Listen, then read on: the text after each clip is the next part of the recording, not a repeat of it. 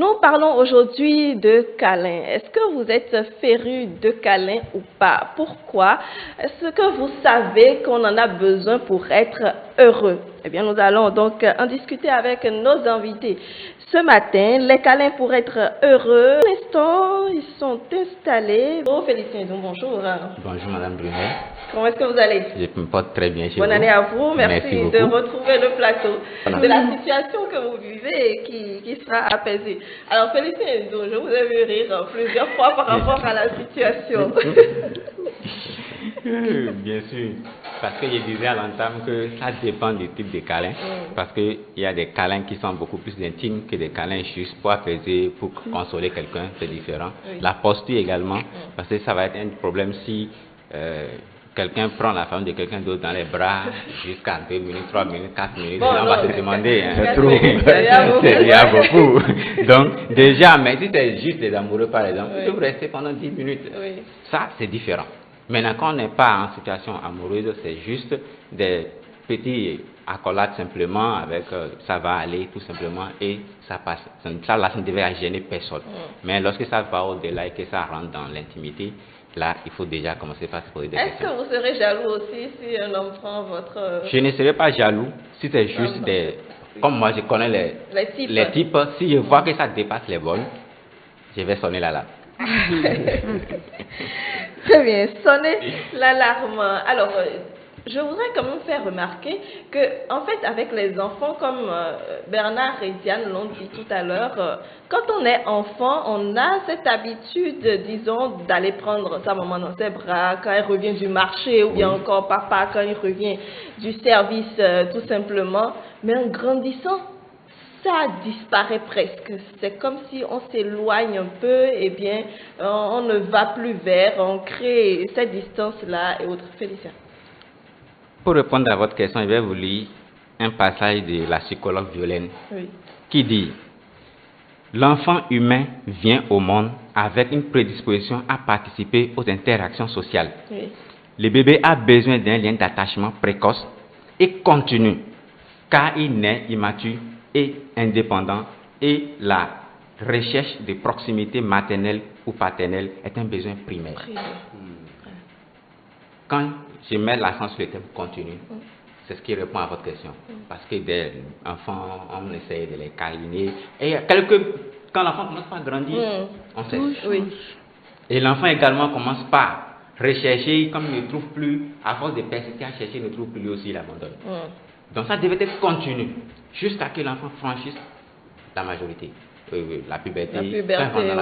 Même dans la puberté, on a besoin, on passe ces moments-là d'une journée complètement seule et puis on a envie quand même qu'on nous réconforte. Tout à fait, tout à fait. Donc, c'est d'abord une faute aux parents, ou aux parents que nous sommes, parce que si déjà, enfants, on n'arrive pas à apprendre ces gestes à nos enfants, ils auront du mal à la longue à l'appliquer également à leur descendance. Donc, il y aura d'échec en échec et le résultat ne sera pas bon. Mais déjà, dès qu'on inclut cette façon de faire à nos enfants d'être tout petits, parce que les enfants ont une capacité de retenir les choses, une capacité d'apprendre qui est tellement plus avancée aujourd'hui que quand vous les apprenez quelque chose, ils les font même plus mieux que vous. Donc, si on essaie dans nos habitudes d'apprendre aux enfants ces gestes-là, lorsque l'enfant grandit, forcément vous voyez la différence.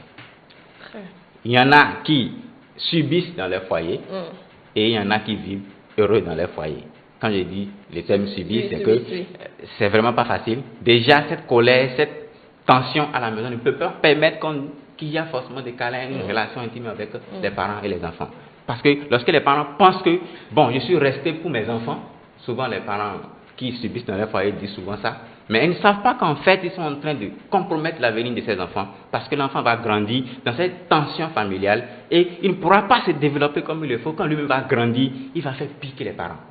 Et les parents qui se disent que je suis resté pour mes enfants, avec tout ce qui tension qui règne dans le foyer, forcément les enfants gardent les séquelles toute leur vie. Donc ça va être difficile de faire des câlins dans ce genre de conditions. Donc les enfants comme ça ont toujours du mal relationnel entre les mêmes entre amis, simplement ils ont du mal à s'attacher. Des difficultés à s'attacher.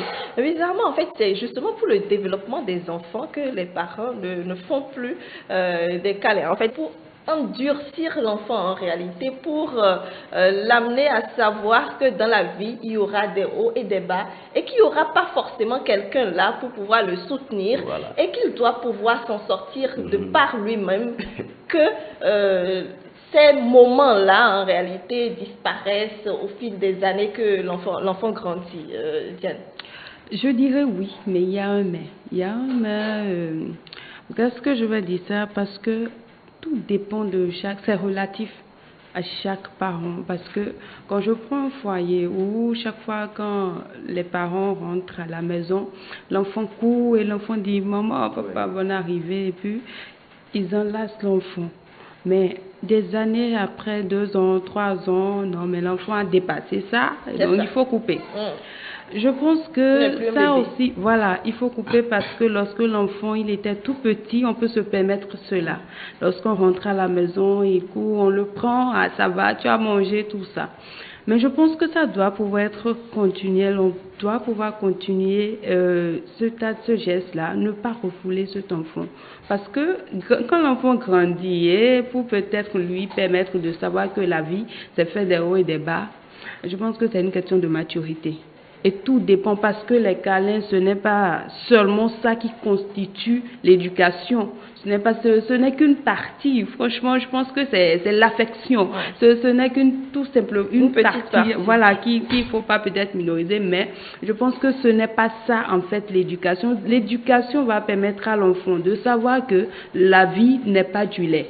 Quand vous manquez de l'affection, vous imaginez un enfant qui est peut-être en terminale, qui rentre à la maison bien première et puis il a quand même, il y a cet aspect-là où on ne banalise pas et quand l'enfant rentre, ah papa, bisous papa, et on parle, on rit et puis il échange quand même avec le papa, il lui dit pratiquement tout ce qui se passe autour si c'est une femme, voilà, en quelque sorte, voilà, et ça permet aussi qu'on ne dise pas pourquoi est-ce que les enfants priorisent souvent les mamans. Et on s'exprime auprès des mères. Vous imaginez s'il y a ce lien-là, je pense qu'on peut tout dire à papa comme à maman. Et quand l'enfant va grandir, elle va aussi donner cet aspect, elle va apprendre cet aspect-là déjà à ses enfants. Parce que c'est pour ça que je disais c'est une affaire d'héritage. Parce que si on m'a pas appris ça hier et qu'aujourd'hui moi je suis insensible et quelqu'un vient envers moi, j'aurais du mal même à enlacer cette personne parce que ça va rester là. Gravé dans la tête. Alors, il paraît aussi que en Afrique de l'Ouest, justement, en raison de la mortalité des enfants, un enfant qu'on privilégie, ou bien que les parents aiment privilégier, affectionnent, ne survivra pas. Il y a cet adage-là qui était, disons, partagé par beaucoup de monde où on sait que quand on s'attache trop à l'enfant, c'est que peut-être il est trop faible pour pouvoir vivre, pour pouvoir survivre. Félicien. Tout à fait, c'est le point sur lequel moi je voulais m'avancer, parce que tout ce qui a été dit c'est bien, c'est vrai, c'est juste, mais il y a un point qu'il ne faut pas oublier, parce que lorsque l'enfant commence par se développer, et que d'abord déjà les parents déjà qui n'ont pas été affectionnés, et qui ont du mal à donner de l'affection en retour à les enfants, ne savent pas comment s'y prendre. Il y en a qui ont envie de trop donner, et ça crée des pathologies derrière. Et il y en a qui n'arrivent pas, ne savent pas comment du tout donner. Également, ça crée des pathologies derrière. Vous savez, les câlins ou les gestes tendresse stimulent la production d'une hormone qu'on appelle l'ocytocine, l'endorphine et la dopamine. Ce sont ces hormones-là qui gouvernent tout l'affection, ce que l'enfant ressent, le développement, la joie, la gaieté que l'enfant ressent. Ce sont ces hormones-là qui créent ça. Lorsque les parents donnent cette affection de trop à ces enfants, ces hormones sont sécrétées en quantité importante. Lorsque ces hormones sont en quantité importante pour l'enfant, ça met l'enfant dans une position où il ne fait plus d'efforts. Parce qu'il pense que tout est rose. Et là, il ne comprend pas que la vie fait des hauts et des bas. Et il s'attache d'une façon pathologique à ses parents, ce qui amène même parfois certaines filles à développer de l'amour envers les pères et les garçons envers les mères. Parce que ça, là, c'est le complexe d'Oedipe, on appelle ça. Lorsque c'est déjà pathologique avant d'arriver à ce complexe d'Oedipe, arriver à ce complexe-là, ça se décuple. En se décuplant, l'enfant automatiquement traverse la barrière amicale ou relationnelle qui devait entre ses parents biologiques et passe de l'autre côté. Ce n'est pas tous ces enfants qui ont ces amours envers les pères qui ont été fautifs. Non, c'est la faute aux parents. Parce qu'ils ont laissé cette facilité à l'enfant de tomber amoureux de son père, en réalité, ou du garçon de tomber amoureux de sa maman. Il y a toujours une barrière qu'il ne faut jamais franchir. Il faut toujours mettre une barrière pour pouvoir permettre à l'enfant qu'il y a des choses qu'il faut faire, il y a des choses qu'il ne faut pas faire. Mais je ne vais pas condamner ceux dans leur culture que ça se fait. Non. Mais les gens qui n'ont pas ça dans leur culture doivent savoir mettre une barrière pour apprendre à l'enfant que oui, il y a de l'amour à donner et à recevoir, mais il y a forcément une limite qu'il ne faut pas dépasser. Très bien.